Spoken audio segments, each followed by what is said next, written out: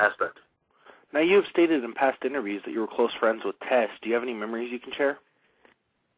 I have a lot of them, yeah. To be honest with you, to start off, I can't believe it's been slightly over a year that he's gone. I hated his guts when I first met him. He was a dick. He was arrogant. He didn't accept us in the beginning. I thought he was a douchebag. I'll be honest with you. And he knew that. He didn't like me. A couple times, and it wasn't because, I'm very easy to get along with, and anyone who knows me can tell you that. And he was a little on the arrogant side, and we put him over so many times, and he stiffed me a bunch of times in the ring with a punch or a boot, and a couple times I actually wanted to get out. I almost got out of character, and really wanted to throw a punch at him.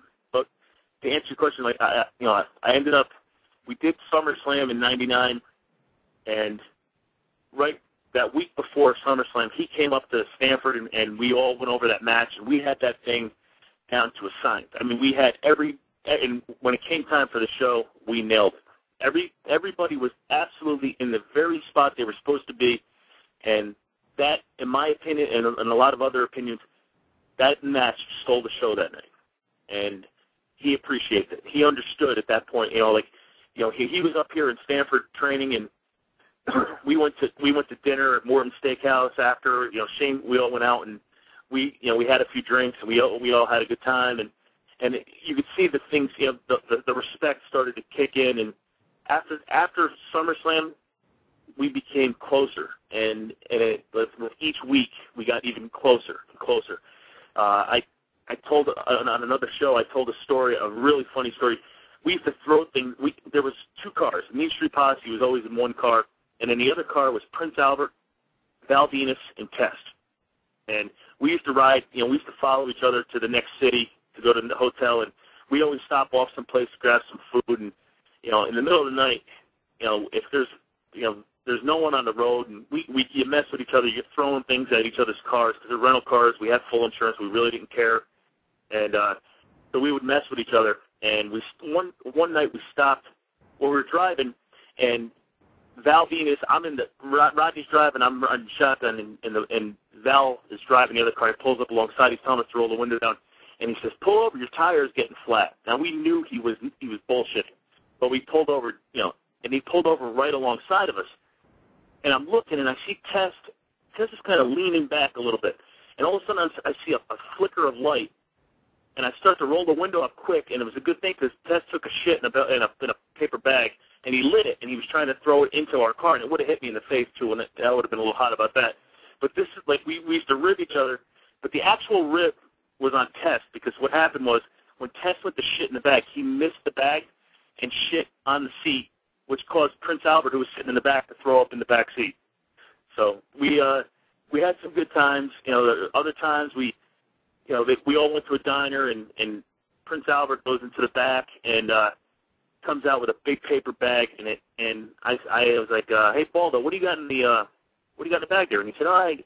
He said, "We have some grilled chicken. We're going to eat it when we finally get to the hotel 2 hours away."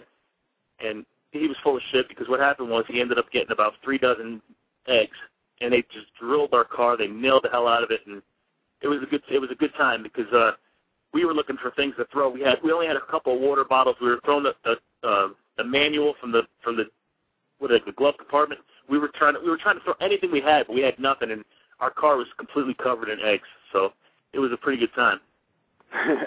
Man, some of those stories, are priceless that you hear from different stars, and of course the one you just shared with the bag of poop, man. I got one more. I'll share one more with you, which is a funny story. We're in Cleveland, Ohio, and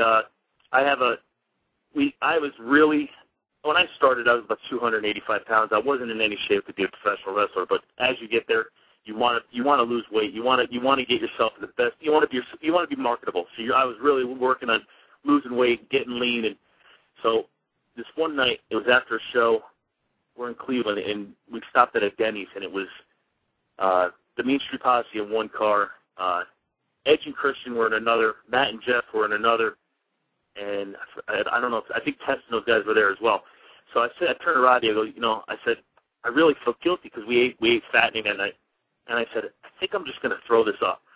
I enjoyed it, but now I don't need it, so I'm just gonna throw it up. And he said, I'm going to do the same thing.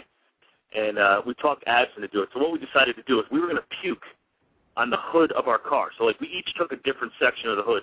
I was in the middle, Rodney was on the right, Joey Addison was on the left. So we each had mounds of puke we just left on the car.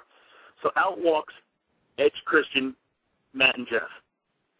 So they come over, they're like, what are you guys doing? They see us puking in the car. So Jeff Hardy sticks his finger in Joey Addison's puke and tastes it, which made Christian bend over, and now he's throwing up.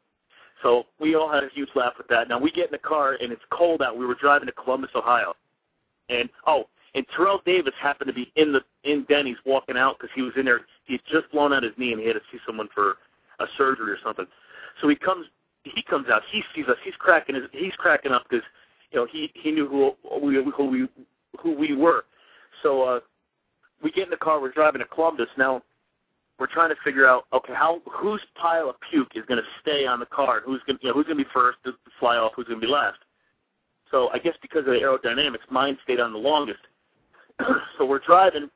Next thing you know, our car, everything splatters over the roof of the car, the side of the car, and we're driving it, and finally I get pulled over. And for some reason, I always got pulled over driving. Every time it was my turn. I don't know why, but I just did. So the cop pulls us over, and he goes, guys, what happened to your car? And I was just like, officer, I said, I'm going to be honest with you. I said, we wrestled for WWE. We were at a show. We are heels. We're bad guys. We're not well liked. And to be honest with you, the fans did this to our car. And we couldn't stop. We were actually kind of scared. We thought they were going to do something else to us. So we just got in the car and drove. And we were going to hope to find some place to wash this car, but it's in the middle of the night, so we were kind of stuck. And he's looking at us, and he's trying to look, and we all kept a straight face, and he said, all right, Posse. And he knew who we were. He goes, all right, Posse, get out of here. So we ended up, but we had it. The thing was, the next morning we had to find a car wash. So because if Vince ever saw our car covered with puke, he treated us like his son. So we would probably get an ass whooping from Vince, just like Shane would if we ever got caught. Oh wow. Viper has a question. So Viper, go ahead. Yeah, I was wondering, what are your memories of your hardcore battle royal at WrestleMania 16? Amazing. It was an amazing time. Everything there was, I remember going to the meeting, the production meeting, the meeting beforehand. We met with the agent and the referees and everyone. And I remember all the participants, especially like Bradshaw and the leaders, basically the guys that were in the locker room, the leaders. They were all like, listen, guys, this is WrestleMania. Don't hold anything back. You want to hit someone, you hit someone. When you get in the back afterwards, you say you're sorry. You didn't mean it, but this is WrestleMania. This is the Super Bowl of wrestling, and you got to be a little stiff when you get in this ring. So we had some interesting times. I got split open. I got hit. Viscera hit me with a box fan. And I don't know who decided to put a box fan in, but I got busted open. Crash Holly got busted open. We all got busted open by the same box fan. And I remember getting hit with that fan and dropping down, and I thought that there was sweat rolling down my face. And I remember hearing some guy in the front row, and if you ever look at the tape, you could actually see when I go down, you see the guy point with his finger to tell his buddies. And he says, Pete Gas is bleeding. So I looked down, and sure enough, I have a puddle of blood. It was like a river pouring out of my head.